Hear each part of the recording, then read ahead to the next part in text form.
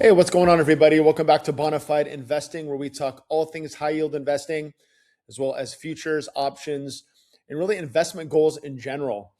If you're new to the channel, welcome. To give you a little bit of background about what we're doing here, I took about a quarter of my net worth. I've put it into this portfolio that I call Cash Flow Life, as I've been experimenting with high yield strategies for about almost 2 years, about a year and a half, 2 years now. And I've built what I call an all-weather high yield portfolio that seeks to, number one, pay my bills, and number two, maintain and pay down my margin over time. Please hit like and subscribe. Please support the channel if you like what we're doing here. Please know that anything discussed here today is not investment advice, not now, not ever. So please do your own research and due diligence before making any of your own choices. Although I was a financial advisor at one time, I am not responsible for your wins. I'm not responsible for your losses. So what I want to do today, I want to talk about just staying out of the all or nothing camp. I think this is an important thing for investors. It was just kind of on my mind this weekend. Had some good conversations with some people that I deeply care about. And I thought we would kind of focus on that today, have a little chat about that. Before we do that, markets just opened after the long 3-day weekend. They are down.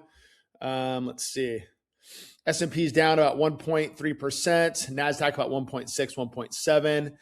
Bitcoin's down. I know that the treasury market is down. Bonds are down as well. Gold and the precious metals are up, as well as energy. So just some overall, I guess, highlights around what's going on in the markets.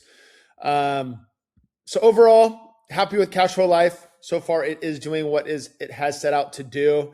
Again, I am dollar cost averaging every day back into SCOV, all the way through IYRI, all these in between here, $200 per market day to, again, offset volatility, hedge inflation, always buy income every day.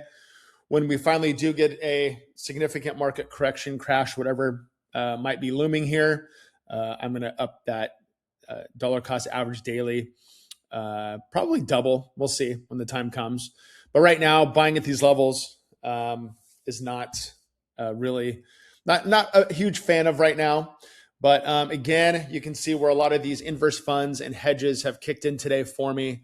The VIX spiked above 20 last I checked this morning. So having a lot of these hedges and inverse funds helps protect me to the downside as well. So let's talk about the all or nothing camp. It's something that I think we've all been guilty of, right? At one time or another. And I think as investors, whether you're new or experienced, what you want to be mindful of are your biases and being swayed, I think, too much, right? I think we let our emotions get the best of us. I know I certainly did when I started out investing over 20 years ago. I was an alchemist. I was good at turning gold into lead, and I had a lot to learn.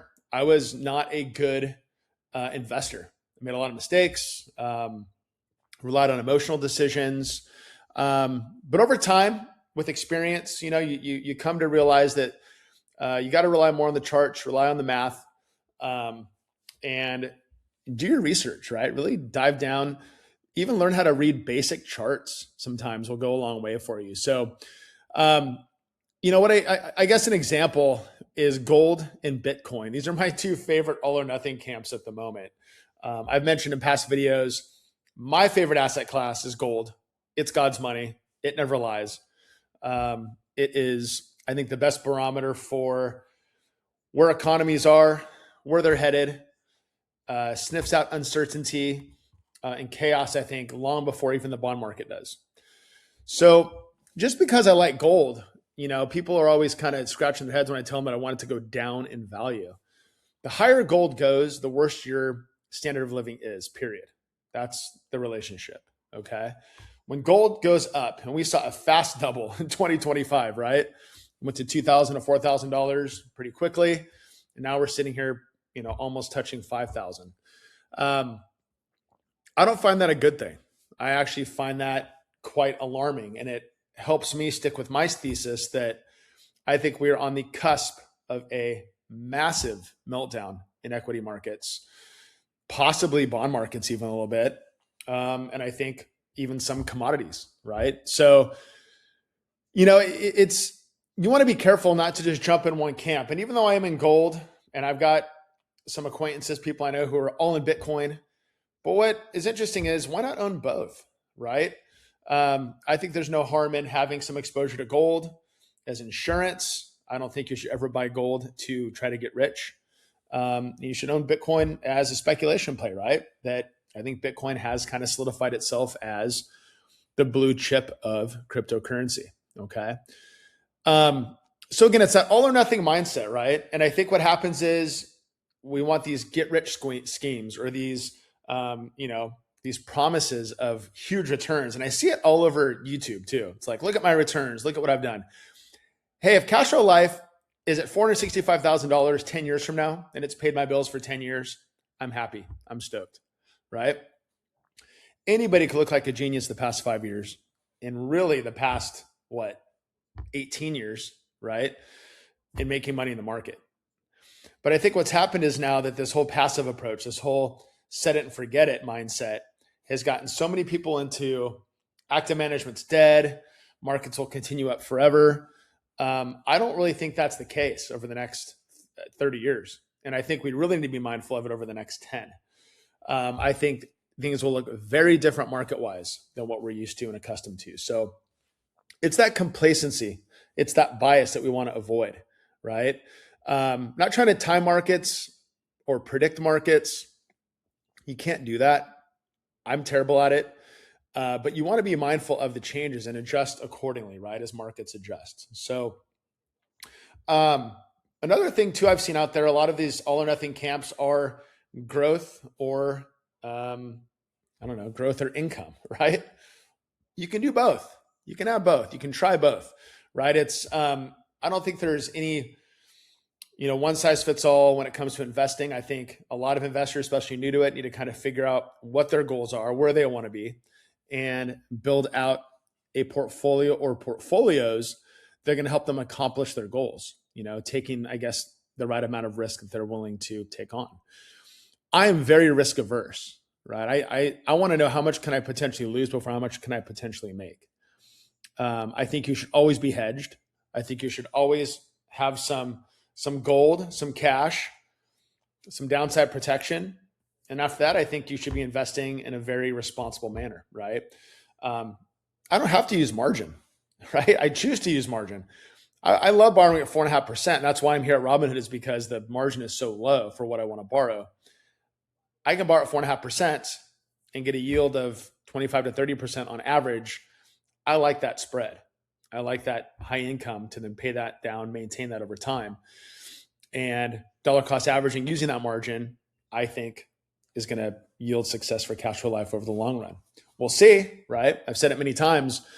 This strategy will either succeed or fail. And if it fails, I'll try something new. If it succeeds, we'll keep adding more money to it.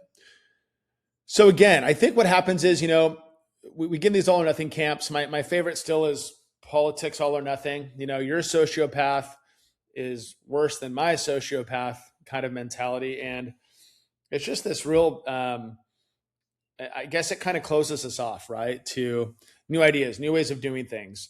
So I think as investors, what we want to be careful of is not letting our biases, our emotions get the best of us. Because I'll tell you what, I think emotion is the number one killer for investing and investing well. So just be very mindful of it. I didn't want to show up today on any sort of high horse or any sort of sermon, but just be careful getting into any certainty camp. Okay. If you want certainty, buy a Bible. Jesus Christ is the only certainty in this world, period.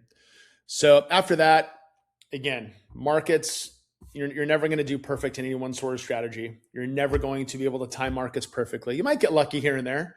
And I'm always happy for people who get lucky. But at the end of the day, do your best to avoid all or nothing, certainty, get rich quick schemes, and things like that, because I just think in the long run, math always wins, and I think it will eventually lead to ruin. So anyways, love to hear your comments. Please comment below. Please hit like and subscribe. Love to hear your thoughts, your comments. The week ahead, just kind of looking out, I think that we are going to be down, rates going higher. I said that for a little over a month now. I thought that the long rate would go higher. I think inflation is coming back, and I think volatility is coming back. Whether that started today, I don't know. We shall see. But I think 2026 is going to be rather tumultuous. I'll plan on making a video, I think, later this week. But other than that, remember, trust God, rely on the charts, rely on the math, and ignore the noise, aka the politicians and the bankers. Have a great day.